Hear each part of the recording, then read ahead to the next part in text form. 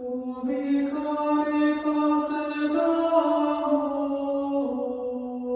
Deus vivies. Chers frères, peut-être que lorsque vous étiez enfant, vous faisiez comme moi le jeu qui consiste à cueillir une pâquerette et à en enlever les pétales un à un, en pensant à une personne que vous aimez pour savoir si elle vous aime pas du tout, un peu, beaucoup, passionnément, à la folie. Voilà, c'est terrible le pouvoir de ce dernier pétale qui détermine le niveau d'amour que cette personne vous porte. Et si on voulait poursuivre un peu cet esprit d'enfance et jouer à ce jeu de la pâquerette en pensant à Jésus, eh bien, je pense qu'il est certain que on cueillerait le pétale de l'amour passionnément ou de l'amour à la folie que Jésus effectivement porte pour les hommes. Mais heureusement, notre Seigneur Jésus-Christ nous a prouvé son amour par un moyen beaucoup plus grand, beaucoup plus beau et beaucoup plus extraordinaire qu'une pâquerette. Et ce moyen, c'est la passion. Oui, afin que le monde connaisse que j'aime le Père et que j'agis exactement comme le Père me l'a commandé, levez-vous, allons. Ce verset de l'évangile selon saint Jean, il a été prononcé par Jésus au moment de la scène.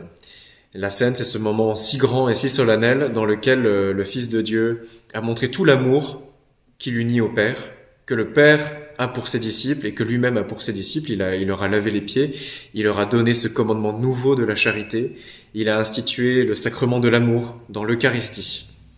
Mais maintenant, il va falloir témoigner de cet amour au monde entier. Jésus en effet avait dit quand je serai élevé de terre, j'attirerai tout à moi. Dans sa passion, notre Seigneur va devenir effectivement le martyr par excellence, c'est-à-dire le grand témoin de l'amour infini du Père qui a daigné sacrifier son Fils, d'aller jusque-là, et non plus allégoriquement, comme c'était le cas pour Abraham, qui heureusement a reçu la visite d'un ange qui l'a empêché de le faire au dernier moment. Non, Jésus, lui, il va recevoir aussi la visite d'un ange, mais au contraire, qui va l'encourager à offrir ce sacrifice jusqu'au bout, à ne pas s'y dérober. Et ce témoignage du Christ, d'ailleurs, qui a converti des nations entières depuis que l'évangile s'est répandu, dès la croix, il convertira deux personnes. Le bon larron, Saint Dismas, qui était ce voleur crucifié à ses côtés, et qui était juif, et un païen, Saint Longin, ce centurion romain, qui lui percera le côté avec la lance.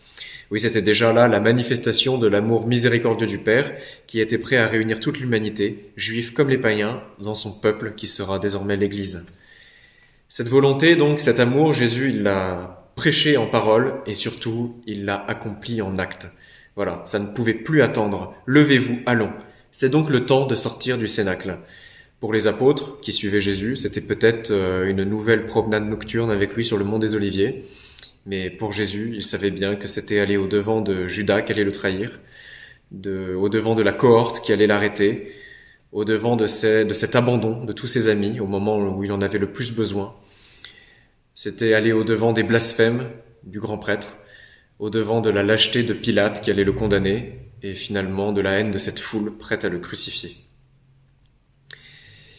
Oui, mais ce combat vers lequel s'avançait Jésus, c'était bien pour affronter le péché, le monde et le diable qui s'y étaient donné rendez-vous, afin que cette victoire qu'il allait remporter sur eux puisse sceller notre sort éternel à chacun, si nous daignons l'accepter et en vivre fidèlement. Oui, et face à ce combat, Jésus ne déserte pas, il n'y va pas à reculons. Non, il est déterminé à vaincre par son amour, qui est plus fort que la haine, plus fort que la peur, plus fort que l'amour. Oui, cet amour dont Dante disait qu'il faisait se mouvoir le soleil et les autres étoiles. Et quel exemple pour nous en ce carême et surtout pour toute notre vie. Parce que nous aussi, nous avons un combat à mener et auquel nous devons nous préparer. Nous aussi, nous devrons un jour montrer au monde tout l'amour que le Père a mis en nous et que nous lui rendons par son Fils dont il nous a fait un frère et un ami. Pour certains, si Dieu le veut, ce sera par le témoignage du sang, par le martyr, et il ne faudra pas s'y soustraire. Pour d'autres, ce sera peut-être par une mort ordinaire, imprévue, dont on ne peut savoir le moment. Donc ne présumons pas des forces que nous aurons ce jour-là. Nous pourrions aussi bien avoir la fougue de Saint-Pierre, prêt à dégainer son glaive pour défendre Jésus à Gethsémani, ou bien on pourrait malheureusement aussi être dans l'attitude, dans la lâcheté de Judas, qui le livre pour 30 misérables deniers. Ce combat final donc auquel le péché, le monde et le diable se donnent rendez-vous, soyons-en certains, eh bien il se prépare maintenant et l'Église nous offre ce temps du carême pour en méditer et nous y préparer. Alors soyons fidèles dès aujourd'hui dans les petites choses, dans les résolutions que nous avons prises, mais surtout dans l'amour du Christ qui doit seul en être la motivation, tant que nous pouvons être encore à la scène avec lui, à reposer près de son cœur.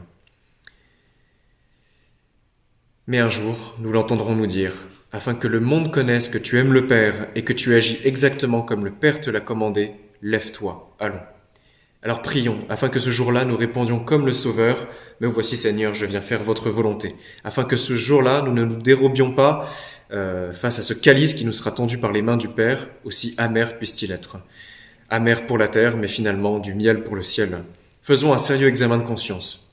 Si maintenant Jésus cueillait une pâquerette et en enlevait les pétales pour connaître l'amour que nous lui portons, sur lequel tomberait-il ? Celui de l'amour pas du tout, celui de l'amour un peu, celui de l'amour beaucoup, passionnément ou à la folie ?